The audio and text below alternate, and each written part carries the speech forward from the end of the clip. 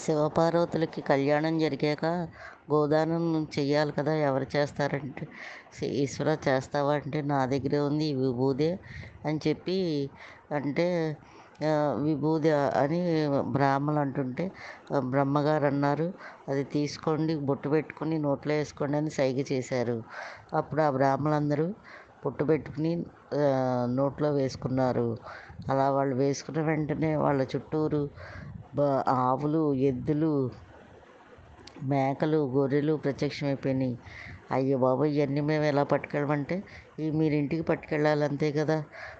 అవన్నీ మీ ఇంటి దగ్గర ఉంటాయంటే వెంటనే మాయమైపోయినాయి. ఆళ్ళందరికీ ఒక్కొక్కటికి వెయ్యేసి చొప్పున అన్నీ ఇచ్చాడు శివుడు. తర్వాత శివుడిని ఆశీర్వదిద్దామని బ్రాహ్మలందరూ నోరు తెరవగా నోట్లోంచి గులగులలాడుతూ నవరత్నాలు, బంగారం బంగారం బిళ్ళలు అన్నీ నోట్లోంచి జలజల అలా కారిపోతూనే ఉన్నాయి. ఆ బ్రాహ్మలందరూ బాబోయ్! మాకు నోరు నొప్పి, ఈశ్వరా అని నోరు మూసుకుని దేవుడికి ఓ దండం పెట్టారు. అప్పుడు ఆగినియి. అప్పుడు ఈ సంపదనంతా వాళ్ళు ఇళ్ళకి పట్టుకెళ్ళారు.